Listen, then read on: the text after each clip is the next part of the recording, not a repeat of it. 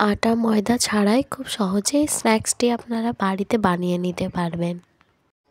আসসালামু আলাইকুম বন্ধুরা, শবনম রান্নাঘরে আপনাদের সবাইকে স্বাগত জানাই। তো দেখুন বন্ধুরা, আমার স্ন্যাক্সটি কতটা লোভনীয় এবং দেখতে দারুণ হয়েছে, খেতে কিন্তু খুব সুন্দর হয়েছিল। তো দেখুন বন্ধুরা, কতটা মুচমুচে হয়েছে আমি আপনাদের একটা হাতে নিয়ে দেখিয়ে দিলাম।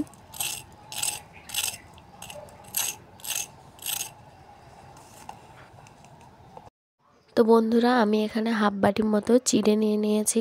তো আপনাদের চিড়ে না থাকলে টোস্ট বিস্কুট গুঁড়ো করেও দিতে পারবেন। তো এই চিড়েটাকে আমরা প্রথমে গুঁড়ো করে নেব। অতটা মিহি করব না, হালকা মোটা করতে হবে। তো দেখুন বন্ধুরা, আমি কতটা মোটা করে রেখেছি আপনাদের দেখিয়ে দিলাম। তো এটা একটা বাটিতে আমি ঢেলে নিয়েছি বন্ধুরা। তো বন্ধুরা, এবার আমি উপকরণগুলো নিয়ে নেব। তো এখানে আমি কিছুটা পরিমাণের পেঁয়াজ গ্রেট করে নিয়েছি, রসুনটা গ্রেট করে নেব।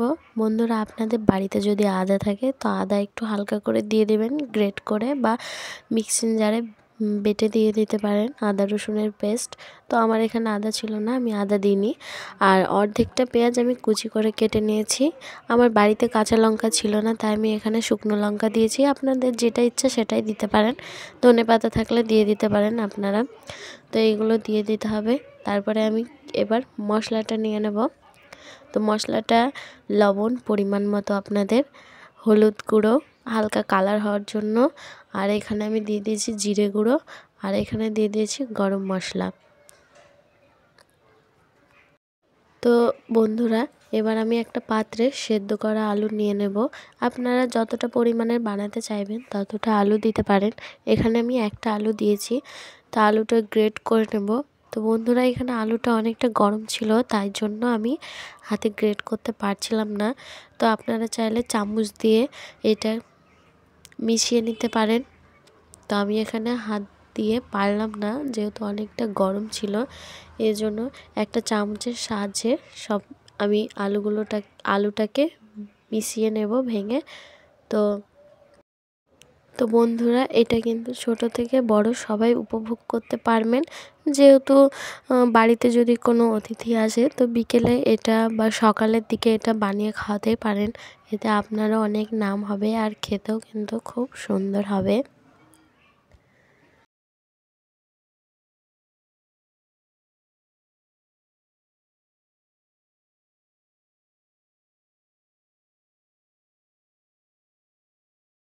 তো দেখুন বন্ধুরা, আমি একটা চামচের সাহায্যে আলুটা ম্যাশ করে নিয়েছি।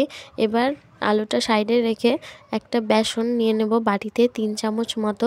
তো সেটাতে জল দিয়ে একটা ঘন ব্যাটার তৈরি করতে হবে। তো দেখুন বন্ধুরা, আমি কতটা ঘন ব্যাটার করেছি আপনাদের দেখিয়ে দিচ্ছি।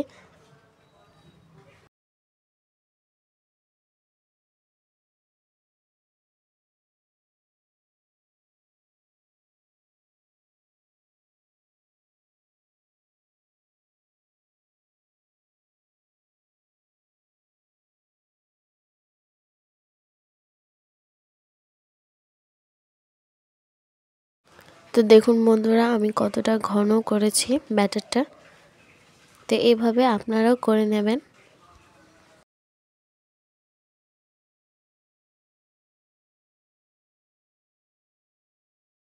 এবার ব্যাটারটা সরিয়ে রেখে এবার ম্যাশ করা আলুটা নিয়ে নেব।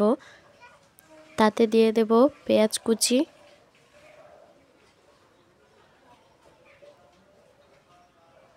শুকনো লঙ্কা কুচি, তো এবার দিয়ে দিব গ্রেট করে রাখা কিছুটা মতো পেঁয়াজের পেস্ট আর রসুনের পেস্ট। এবার দিয়ে দেব হলুদ গুঁড়ো, জিরে গুঁড়ো, গরম মশলা এবং পরিমাণ মতো লবণ। তো এটা দেওয়ার পরে আমি ভালোভাবে এটা পুরোটাই ভালোভাবে একটু মাখিয়ে নেব।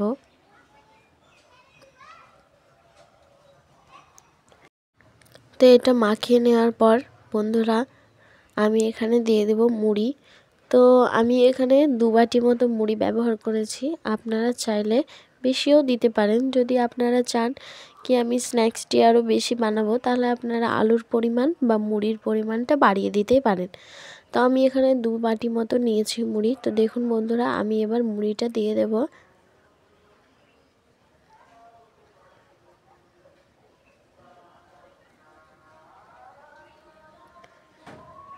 তো মুড়িটা দেওয়ার পরে এবার এটা ভালোভাবে আর একটু মাখিয়ে নিতে হবে। তো দেখুন বন্ধুরা, আমি মাখিয়ে নিয়েছি। তো মুড়িটা একটু মাখিয়ে নেওয়ার পরে যে বেসনের ব্যাটারটা করে রেখেছিলাম ওইটা হালকা হালকা করে দিয়ে মুড়িটা আরও ভালোভাবে মাখিয়ে নিতে হবে। একেবারে দিবেন না কিন্তু, ব্যাটারটা হালকা হালকা করে দিতে হবে। তো দেখুন বন্ধুরা, আমি হালকা হালকা করে দিয়ে মুড়িটা ভালোভাবে মাখিয়ে নিয়েছি। তো আমার মুড়িটা মাখা হয়ে গেছে। এবার আমি একটু একটু করে স্ন্যাক্সের আকারটা দিয়ে দেব। তো দেখুন বন্ধুরা, আপনারা চাইলে যে কোনো আকার করতেই পারেন। আমি এখানে আমার পছন্দ অনুযায়ী আকারের স্ন্যাক্সটি বানিয়েছি। তো আপনারা আপনাদের নিজেদের ইচ্ছা মতো বা আপনাদের যদি এটা না পছন্দ হয় অন্য স্টাইলেও বানাতে পারেন স্ন্যাক্সটি। তো দেখুন বন্ধুরা, আমি আপনাদের একটি করে দেখিয়ে দিলাম।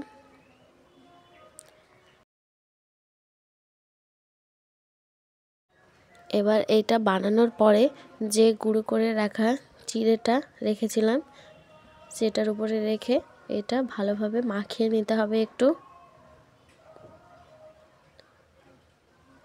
হালকা হালকা করে, বেশি জোরে চাপ দেওয়া যাবে না। তো দেখুন বন্ধুরা, আমি কতটা সুন্দরভাবে এটা মাখিয়ে নিয়েছি।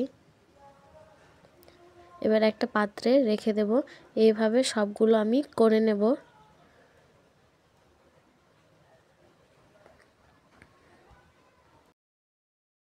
তো এইরকমভাবে আমি সব স্ন্যাক্সগুলো বানিয়ে নিয়েছি। তো দেখুন বন্ধুরা, কতটা সুন্দর লাগছে দেখতে।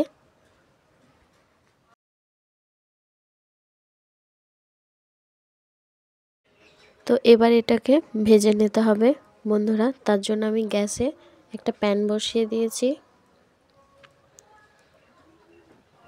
তো এটা গরম হয়ে আসলে, জলটা শুকিয়ে আসলে তেলটা ভালোভাবে গরম যদি হয়ে যায়, আমি এখানে সরিষার তেল ইউজ করেছি। তেলটা গরম হয়ে আসলে সয়াবিন তেল ব্যবহার করতে পারেন, কড়াইয়ে লেগে যায়। তো দেখুন বন্ধুরা, আমি দিয়ে দিলাম।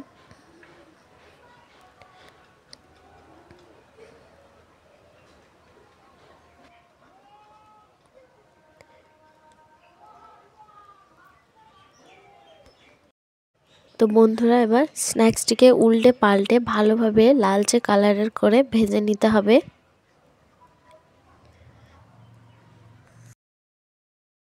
তো এইভাবে লালচে কালারের ভেজে নিতে হবে। তো দেখুন বন্ধুরা, কতটা সুন্দর হয়েছে। এইভাবে আমি ভেজে নিয়েছি সবগুলো, আপনাদের তুলে পরিবেশন করে দেখিয়ে দিলাম।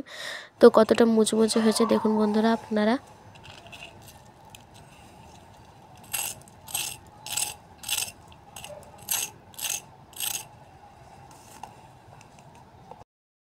তা আওয়াজ শুনে নিশ্চয়ই বুঝতেই পেরেছেন কতটা সুন্দর হয়েছে, মুচমুচে হয়েছে।